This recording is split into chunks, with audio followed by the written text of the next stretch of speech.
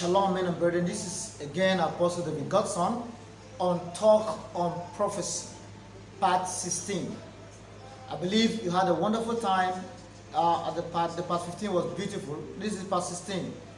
And we're still on vision. And of course, today we'll be looking on another kind of vision. We just finished the Transvision 2. We have Trans 1, Trans 2, which we just finished the 15th part of this wonderful Talk on Prophecy. Now, that's part 16. I want to deal with the vision of the night. Vision of the night. That's what I want to deal with. The vision of the night. So we have vision of the night. I hope you are going to understand the vision of the night. I take it from the book of Genesis, chapter 46. I begin from verse 1 coming down to verse 2. The Bible says, "And Israel took his journey with all that he had, and came to Beersheba, and offered sacrifices unto the God of his father Isaac. And God spake unto Israel in the visions of the night, and said, Jacob, Jacob. He said, Here am I." Mark that. God spoke to him in the vision of the night. And he replied back to God. The vision of the night. That's not dream. That's different from dream. Now, in the vision of the night, the place might be dark. Place might be no night. You have darkness everywhere. But then in the middle of the darkness, you start having vision. You suddenly started seeing something. And you started hearing voices. It's happening. That's called the vision of the night. Jacob had it here. And God called him, and he responded. In the vision of the night, you're going to see things. You might sometimes also hear voices. But in the midst of all that, you will not forget that what you hear from the spiritual is translated in the physical, not exactly what it means, but with better interpretation. And that's what we require, the wisdom of God to interpret. So Jacob had the vision of the night, and God spoke to him. And whatever God told him happened exactly as God said. Now, in the vision of the night, you have opportunity to hear from God and also ask him a question. Or maybe in the vision, whether it's an angel that brought the vision or whatever, you'll be able to question. You'll be able to have like a dialogue. It gives opportunity for dialogue, not like monologue. But you can ask questions and try to get details and get the exact answer and understand the exact thing that was being said. That's what makes the vision of the night unique and powerful and very beautiful also. But don't forget, no matter what vision you have, it only remains a vision until it is being interpreted and explained. That moment is interpreted and explained, it becomes a prophecy. As long as it's not explained, as long as it's not interpreted, it remains a vision. So, vision of the night. Powerful and beautiful. Vision of the night. Now, beloved, Jacob had this vision. This kind of vision. A memorable one for him. God called him. He responded. A sort of dialogue. And God explained so many things to him now. In the vision of the night, you have details. You have because it extends. First advantage, night is quiet and calm. People do not distract. People will not disturb. So God, you and God have a long time to discuss, a long time to fellowship, a long time to have a dialogue, where you can ask questions and God talk back to you. And you understand what he's saying, and then what you fail to understand, you can ask and understand it better. So that's how the vision of the night works. Another person that had the vision of the night is Daniel. I read the book of Daniel chapter 7, verse 2. The Bible says, Daniel spake and said, I saw in my vision by night, And behold, the four winds of the heavens strove upon the great sea. Now there was the vision of the end of the age was shown to Daniel long. And it was done in the vision of the night. Daniel had able to see the four beasts, the wings of the beast, the 10-horned creature, all of those stuff that Revelation was trying to explain and repeated again. Daniel saw it, but don't forget, it was in the vision of the night. That's why Daniel was able to get the detail, because in the vision of the night, there's an opportunity, a time frame, to be able to have a detailed analysis from God and ask questions where you cannot understand and get a response. At this time, people will not distract because everybody is going to sleep. So you have more time to spend with God and to ask questions. Jacob had the same kind of vision when he wrestled through the night before he met Esau in the book of Genesis. When he was returning back to his father's household, and he met Esau when he was running away from his in-law and uncle. Before he went to meet with Esau, Jacob wrestled with an angel at night. It was the vision of the night. And there was a conversation between Jacob and this angel. At the end of the day, the angel blessed him and changed his name from Jacob to Israel. So the vision of the night creates space for dialogue.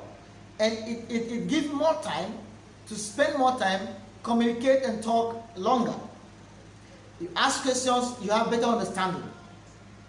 But don't forget, like I say, vision remains vision. Until it's interpreted, it's not yet prophecy. It must be interpreted, translated, and explained better to the understanding of the people. That's when it becomes prophecy. It's not prophecy until it's explained. So, beloved, the main reason why many visions were prophecies was because it was explained. People were not left in dark. It was explained. Don't forget that I'm going to deal with prophecy. And when we come there, you're going to understand. But dreams interpreted become prophecy. Trance interpreted, prophecy. Visions interpreted, prophecy. So when you have a vision, it must be interpreted. Don't forget, even as God gives us vision, the devil can also give vision. You know that very well. And deceive the people. So beloved, be strong in this. We have vision of the night. As we have another vision. As we have trance, open trance, and the other closed trance, we also have vision of the night. Now, in the vision of the night, it's not like a trance. In trance, your physical understanding is suspended. Your reasoning ability and ideology, ideas and thoughtfulness is also suspended. You do not understand what's happening in the physical anymore. You see that thing as if you're seeing the physical. But then it's not physical, it's spiritual. Then you translate it. But in the vision of the night, your senses are intact. You are receptive to physical and receptive to spiritual. In other words, if somebody makes noise, you're going to get it physically. And spiritually, again, you're getting what is being said. So in the vision of the night, you can hear the natural and supernatural. But then you understand everything that's been said because you have a long time to ask questions and to reason with whatever has been said to you. So that is the advantage of the vision of the night over trance. The vision of the night is usually longer. It's long. Even Abraham had the vision of the night. When God called him out to come and watch the stars of heaven. Because you cannot see stars in the daytime. It has to be at night. So Abraham had the vision of the night. When God called him and said, watch the stars, he watched. He said, can you count them? He said, no. So there was a dialogue. In the vision of the night, you have dialogue. You will be able to get explanation. And you find that God uses stars to demonstrate to Abraham how his future was going to look like. So if that is not interpreted, you will not understand it. That's why Abraham's children are stars, wherever they are. They are stars. They are doing well. They are known by their expertise and by their creativity and craftiness. Why? Because they are stars. God made his children to be like stars. They cannot be hidden. And that's why if you don't know what star means, you'll not be able to explain that vision. So you found out that every single vision, whether it's of the night or trance or dream, requires explanation and interpretation. If it's not explained, it's not interpreted, it remains only a vision and only a dream. It can only be a message, a prophecy, when it's interpreted and when it's explained to the understanding of the layman. Beloved, the vision of the night is beautiful and the vision of the night is powerful and it's needed. We need it. So pray that God give you vision of the night. But don't forget, you don't have to see vision when the event is already taking place. It has to be long before. Don't forget that, because that's the kind of thing we're having by the day today. People will see vision when something already started happening. That's when prophecy will start pouring in from every corner, from every direction. Vision will start coming from every single nook and cranny. That's not prophecy. That's not from God. God have to wait for something to happen and then he start telling you. That's weak of him, and that's not possible. Now, God is not a weak God. He knows everything. So pray that God give you vision of the night. And when you want to give a vision of the night, you need a quiet place. You need to stay away from people, because it does not require distraction. It doesn't need distraction. It doesn't need noise. It's always in a quiet place, in a solitary place. And at night, in your fellowship, you can have a vision. And God talk to you, and you talk about to him, and you have a beautiful dialogue. And in the morning, you get everything, a message. So that's a secret. So the vision of the night is beautiful and powerful and to be envied, to be admirable. Beloved, this is where I'm stopping. For this, tomorrow we shall look at the open vision. Another classic vision, the open vision. No longer the vision of the night. The reason why we don't see more of the vision of the night today is because people are busy. At night, they are busy. There's noise everywhere. They are busy every time. Nobody has time to spend with God on account of go to a solitary place and spend the entire time with the Lord and wait on him. It's not happening. So we don't have more of vision of the night. We don't have it much. Except people who understand that. But then, I pray that we come to knowledge and understanding. But tomorrow, we shall be dealing with another kind of vision, the open vision. And we shall see it, and I believe you're going to understand it better. I love you.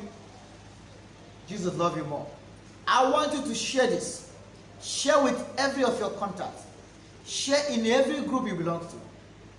You never know the person you're going to help. You never know somebody you're going to deliver. God uses you to educate other people. They'll be blessed. And God will bless you also. Please help others by sharing this to them. Share with them. Share to their groups. Stay in the love of God. Lord, bless our people. Favor them. Give those job we're looking for job. Connection we're looking for connection. Marriage we're looking for marriage. Good relationship we're looking for compatible relationship. Travel those who want to travel. Bless everybody. And let your glory rest upon them. It is well with you today. The food you eat, the water you drink is blessed. If you're moving out and coming in, you are safe. It is well with you in Jesus' precious, mighty name. Amen.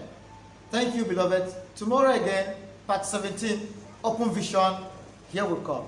I love you all.